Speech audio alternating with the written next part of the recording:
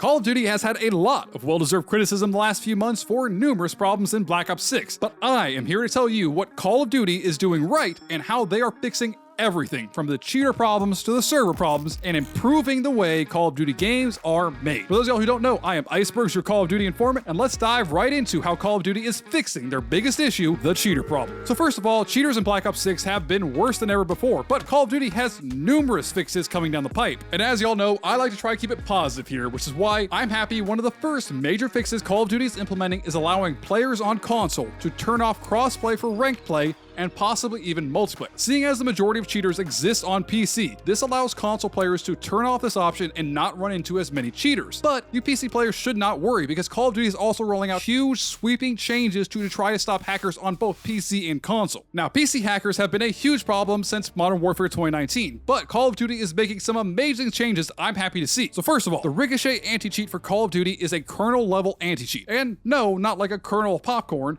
What it means is the anti-cheat is downloaded to your computer and then tries to monitor the software running on your computer to detect cheats being used. However, if you can hack into the anti-cheat, you can basically blind it from seeing the cheats you're running, and Call of Duty has a solution for this: a complete overhaul of the kernel level anti-cheat. Basically, they're making the anti-cheat harder to hack into and making it harder to blind it, so to speak, as well as adding a new level of encryption to their driver, so even if you could hack into it, all you can see as far as the coding is wingdings and letters that they use to encrypt their data. On top of this, Call of Duty is implementing other server-side detections for cheaters. They are trying to track the percentage of shots on target, the percentage of headshots, and other metrics that are going to be heavily skewed if someone's hacking. If you're aimbotting, your in-game statistics are not going to look like everyone else's. They're going to be highly skewed as far as headshots and shots on targets. And on top of all of this, these changes are coming in a week with the release of Season 2 of Black Ops 6. All of these changes are coming immediately, but Call of Duty has stated they have even more fixes coming before Season 3, meaning Call of Duty could be nearly cheater-free by the time Verdansk returns around mid-April. Now, one thing I didn't agree with is that Call of Duty stated they wouldn't do IP bans for cheaters,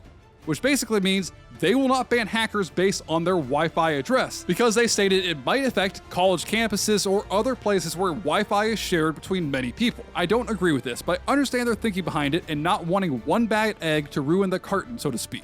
But luckily, Call of Duty is doing something to help with the hacker problem by tracking who hackers play with or party up with, meaning that they can track players who are knowingly playing with cheaters and ban them as well, or use those accounts to find hackers by tracking who they are friends with. And one change that needs to be made immediately is for you to like the video and maybe subscribe if you want, because it helps me keep spreading positivity in the Call of Duty community. But a much needed change, and one I'm happy to see fixed, is one of the more kind of oddly annoying problems in Black Ops 6, the lobby voice moderation system. Basically, Call of Duty uses an AI to track what's being said in games and see if you're saying something offensive. But what it turned into is, if you trash talk the enemy team even once, you can get voice banned for a period of time, not allowing you to talk in game. Now, this has been one of the more frustrating issues because Call of Duty never clearly stated what you can or cannot say in regards to what is a bannable offense for voice chat. But Call of Duty has stated in their recent blog post they are trying to constantly improve this automated AI system with actual people reviewing the things people say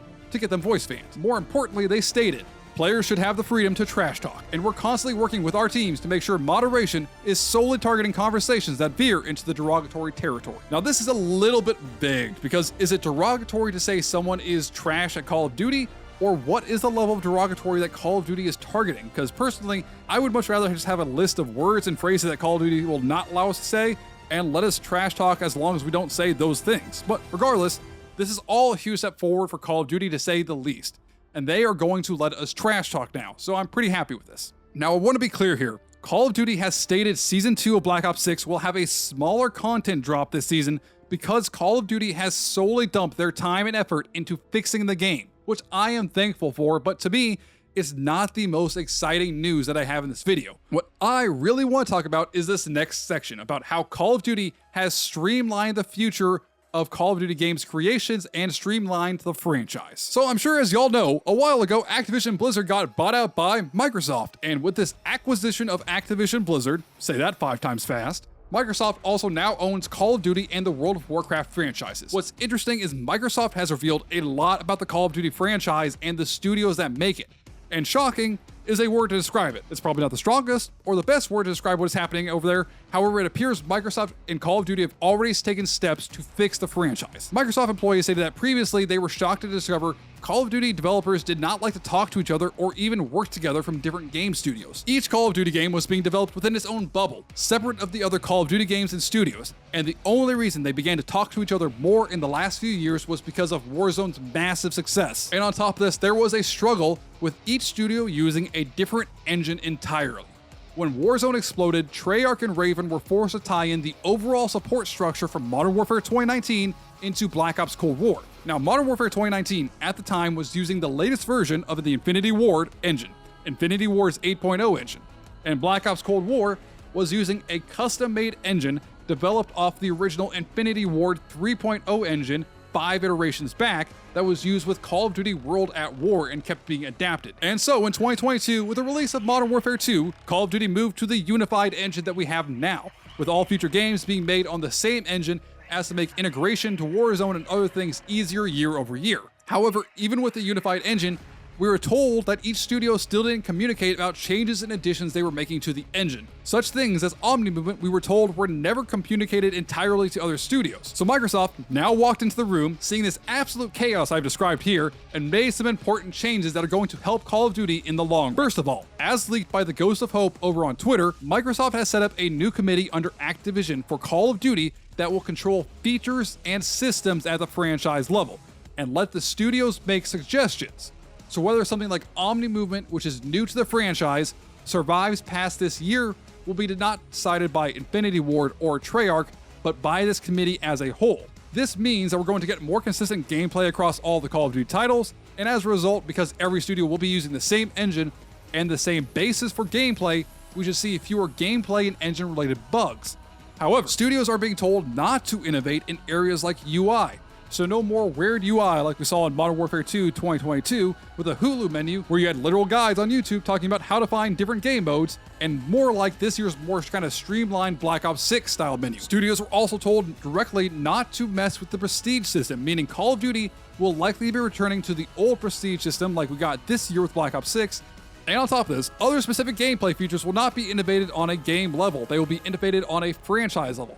Microsoft stated they want to see the innovation and the creativity from these teams come to the maps, the modes, and the storytelling of the games, as this is where Microsoft sees the biggest bang for the buck with regards to creativity. And I agree, I would rather have one extra event each year in Call of Duty than a slightly more creative UI, which would take about both the same amount of work to do.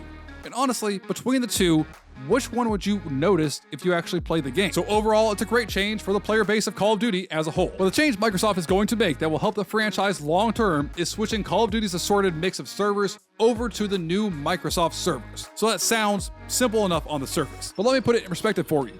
We have been told every Call of Duty since Modern Warfare 2019 has been on the same servers, supposedly. So these servers, now close to 6 years later, are not capable of keeping up with the growing server demand of Call of Duty games and the older server hardware that they run on. But Call of Duty is locked into contracts with Amazon and Google to keep using their servers for an unspecified amount of time. Microsoft luckily updates their servers all the time with most up-to-date things because they use the servers for a lot of stuff across the board. And as soon as Call of Duty's contracts end with Google and Amazon, Microsoft has privately stated that all the Call of Duty titles will run on Microsoft's ever-updating servers, which will reduce many of those packet loss and high-ping lobbies you get thrown into in Black Ops 6 right now. But unfortunately, there is no timeline on that fix. But it is coming, and I want to talk about this real quick.